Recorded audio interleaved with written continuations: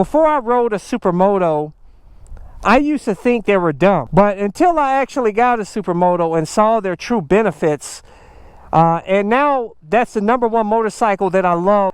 There are some things about the Supermoto that you don't hear about, you know, which could be negative for some people and positive for others. Let's go for a ride. Subscribe today. Whatever motorcycle you ride, make sure you wear the full gear to help keep you safe out here on the streets. And I have some awesome gear, like this is my favorite helmet, which is a super lightweight carbon fiber helmet that comes with an automatic tint shield, my motovlog camera, airbag vest to help keep you safe, gauntlet gloves. I have links to all my gear in the description and comment section of this video.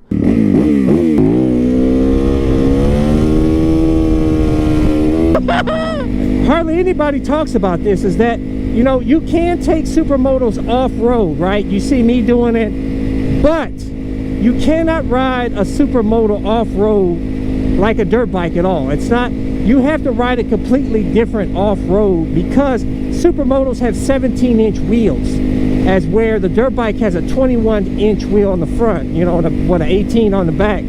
So they navigates over logs a whole lot easier than on Supermotos with the 17-inch front wheel. I tell you, I learned the hard way with that. You know, back in the, you know, in 2019, I was riding off-road and I was standing up, you know, like I was on a dual sport or whatnot, and there was a hidden log, and my front wheel hit that log, and I wasn't expecting it, and that front wheel didn't go over the log right, and it kind of threw the bars, and I lost control, and I landed on my shoulder and I broke my collarbone. That's why now you see, ever since that accident, I don't stand up when I go off-road like I do, like you would on a dual sport or a dirt bike.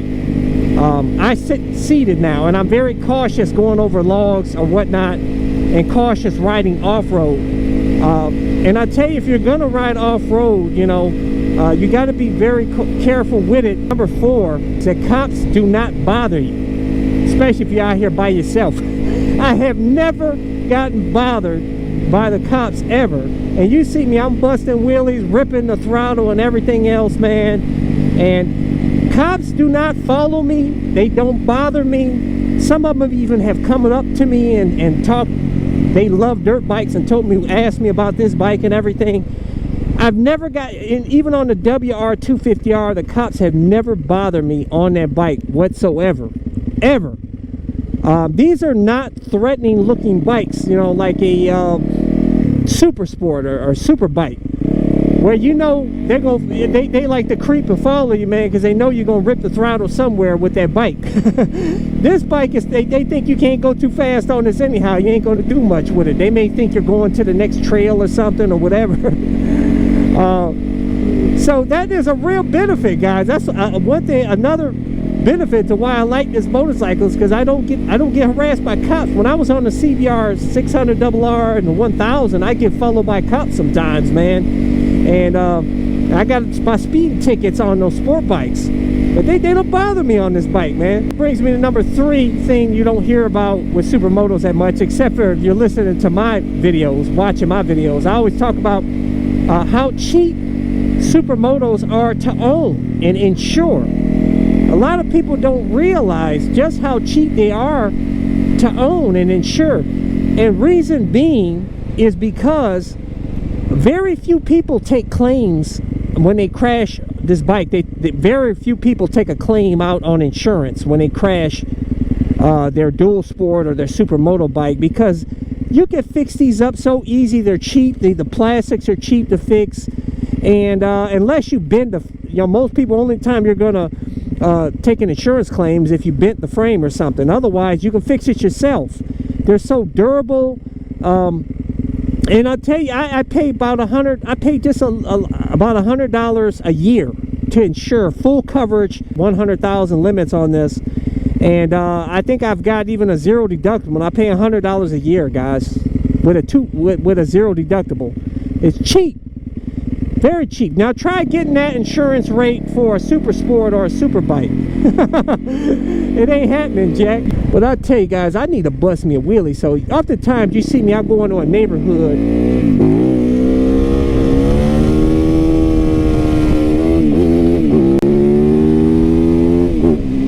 and bust a wheelie out here, man. Because cops don't hang around out here in these areas. They don't hang out in neighborhoods. You know what I'm saying? They only come to neighborhoods when they're called.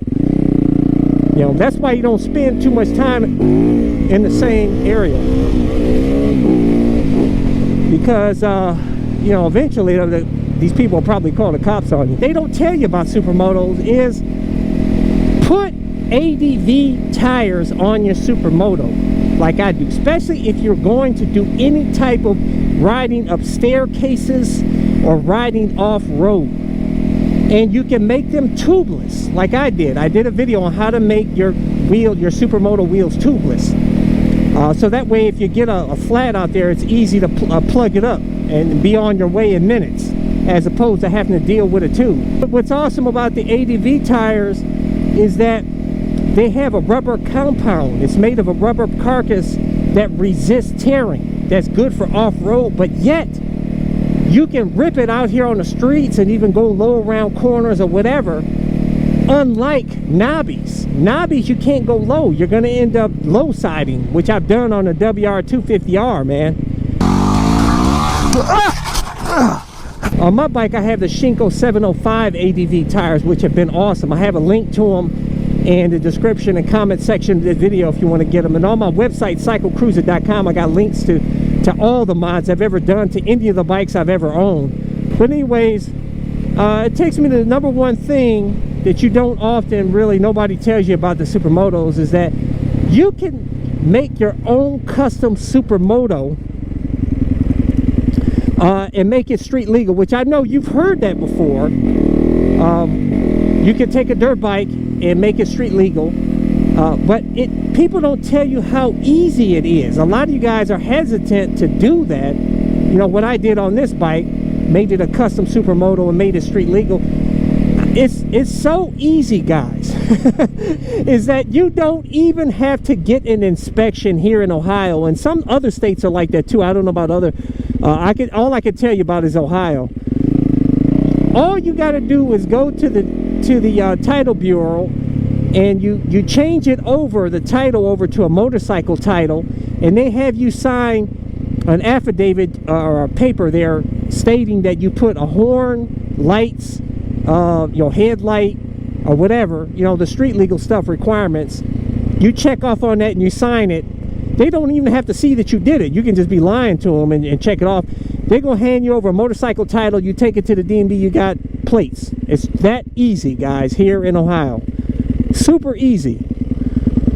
So it's not a difficult process. So for those of you guys that want to do what I did, my custom 2019 YZ450FX Supermoto is, which I did a full build series, links in the description and comment section of this video, which has turned out to be amazing.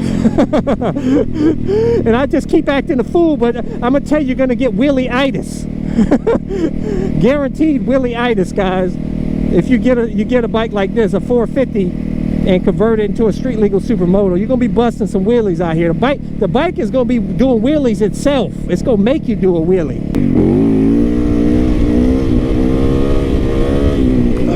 Yeah, baby. But I'm telling you guys, get a Supermoto, you'll love it, man. Best thing I ever did, guys, hands down. But anyways, guys, make sure to hit thumbs up, subscribe to my all-in motorcycle channel, make sure to share this video, and also make sure to check out my other channel, Bug Out Moto. So until next time, I'll catch you guys later. Thumbs up. Check out my playlist for new riders and popular videos. Don't forget to comment and subscribe.